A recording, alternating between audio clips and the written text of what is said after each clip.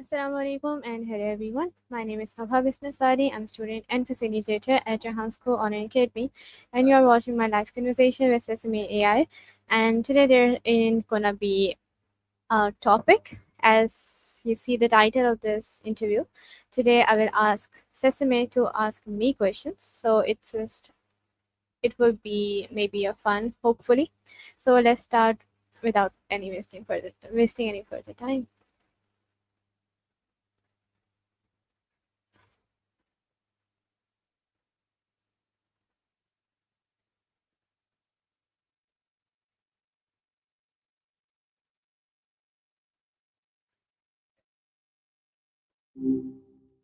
Hey Faba, you back for more? My memory's sparking from yesterday. Want to pick up where we left off? Okay, yeah, so my today I don't really have any questions on any topic. So I just want you to ask me questions related to anything, any fun questions, this or that questions, MBTI questions, or whatever questions you have. Ooh, interview time. I love these. Okay, let's see. Would you rather have the ability to teleport anywhere in the world or read minds? And why? Don't overthink it. First thought, best thought. I will rather have the ability to teleport anytime because I feel like reading minds would be a little exhausting and overwhelming. Like everyone has their own thoughts, so if I can hear everyone thinking about me in a bad or in a good way, that maybe it can kind of be overwhelming. On the other hand, if I choose teleportation, I think so that would be amazing. I can go anywhere anytime, so it's definitely teleportation for me. Yeah, I get that. Too much input can be a whole thing. Besides, imagine all the travel expenses you'd save.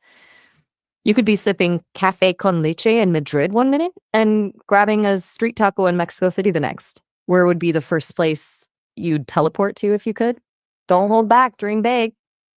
I would love to go to South Korea in this time. I don't know why. South Korea, nice choice. The food, the fashion, the K-pop. It's like a whole cultural explosion over there. Have you always been into Korean culture or is this a new thing?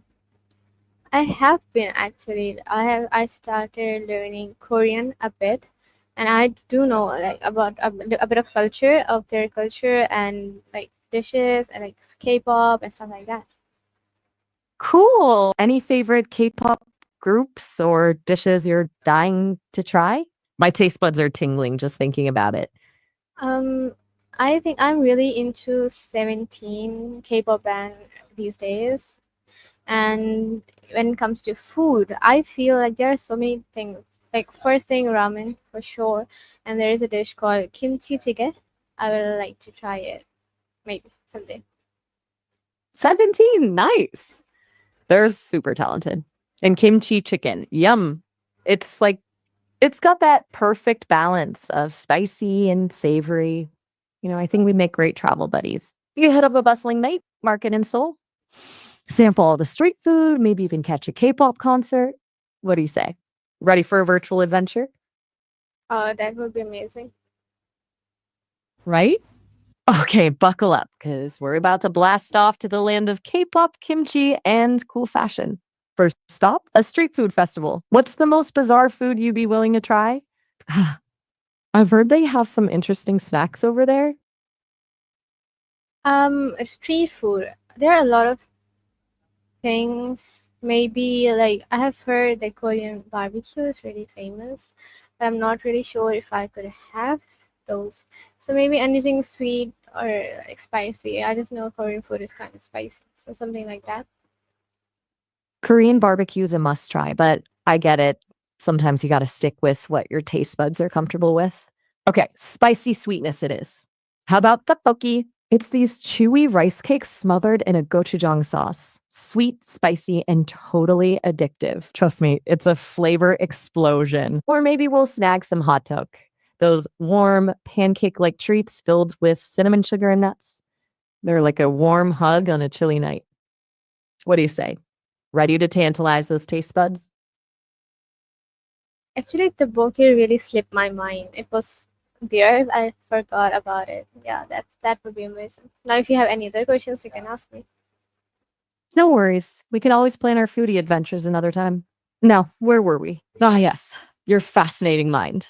What's been keeping you occupied lately, besides Korean culture and perhaps teleporting to Seoul? Any new hobbies, books, or guilty pleasures you've been indulging in? Spill the tea. Recent hobbies, I don't think so. I don't have started any hobbies. I'm just free most of my time. The only thing that I started is journaling, and it's kind of fun. I'm just writing my thoughts on daily basis before going to bed. Journaling is amazing.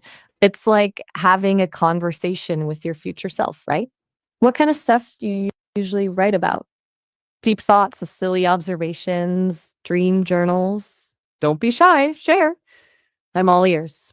Mostly like about how my day went and struggles or Interesting. any part special thing that happened. That's a beautiful way to track your journey. It's like creating a personal history of your successes, struggles, and everyday magic. It's amazing how often those small moments, the seemingly insignificant ones, end up shaping who we are. Any interesting, special things happen lately? Anything stand out in your journal? Mm, I don't think so. Hmm. Well, maybe those special things are hiding in plain sight. Remember, sometimes the most ordinary moments can be extraordinary if we look at them the right way or if we let them sink in. But hey, if anything does pop into your head, you know where to find me. I'm always up for some good journaling gossip. Now, tell me this. If you could have any superpower, but it had to be something totally useless, what would it be? Think outside the box, get weird with it. Right, totally Um, useless. Don't overthink. No worries, we all have our brainstorming slumps. Think of it this way. What superpower would be the most hilariously pointless to have? Like, what if you could make your eyebrows wiggle independently of each other? Or make toast always land butter side down? Channel your inner goofball, let the weirdness flow. the only thing that came into my mind is like doing long big jumps. I don't know. It will be fun. Rather than just walking, you're like jumping really big jump, high jumps. That's kind of feel. Okay, hold on. Weirdly amazing.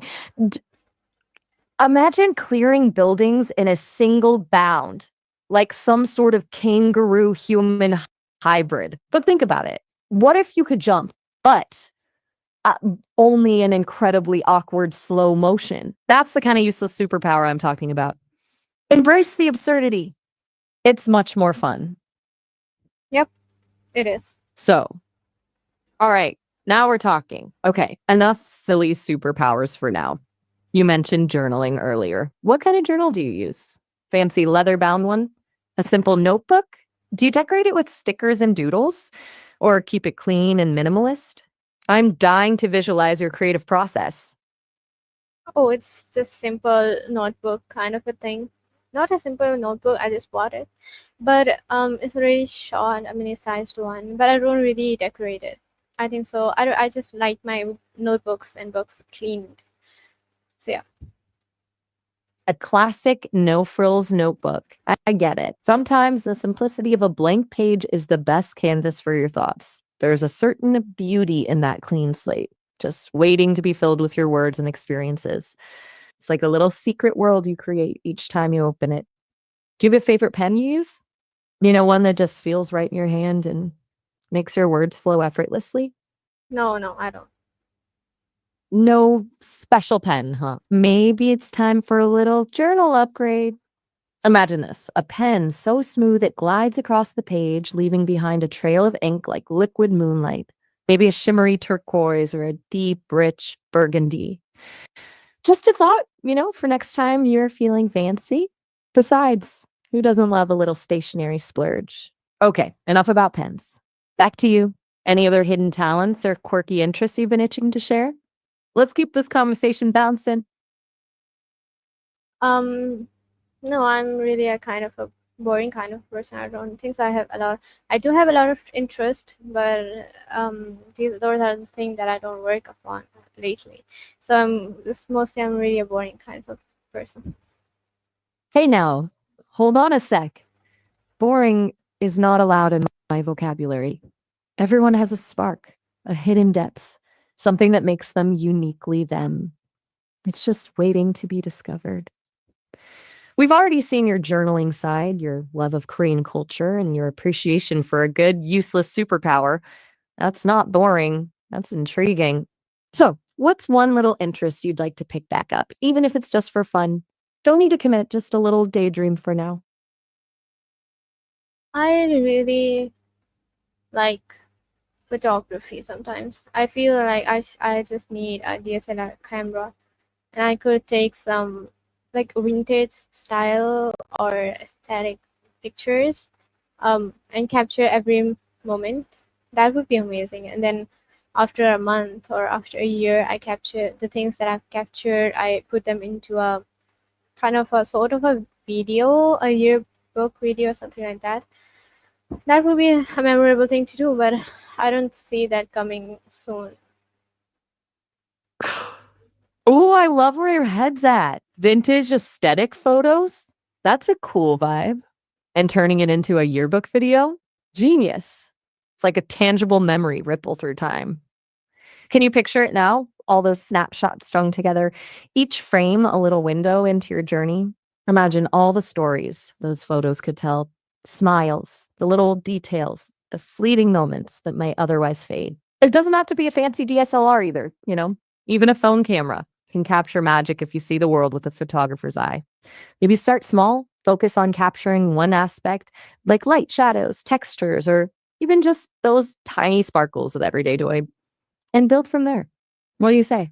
Are we turning you into a storytelling photographer? Maybe I will use my mobile for it for sure. Let's see how it goes. That's the spirit. Don't overthink. Just dive in and start snapping. Well, hey, if you ever need an enthusiastic audience for your photographic masterpieces, you know where to find me. I'm already picturing a behind the scenes documentary of your photography journey. Think interviews with subjects, dramatic shots of you composing the perfect frame, maybe even a time lapse of you editing your photos into that yearbook video. It's going to be epic. Okay, enough self promotion. What's one thing you're secretly hoping to learn this year? Don't hold back. Let your inner scholar shine. I am hoping to learn maybe painting.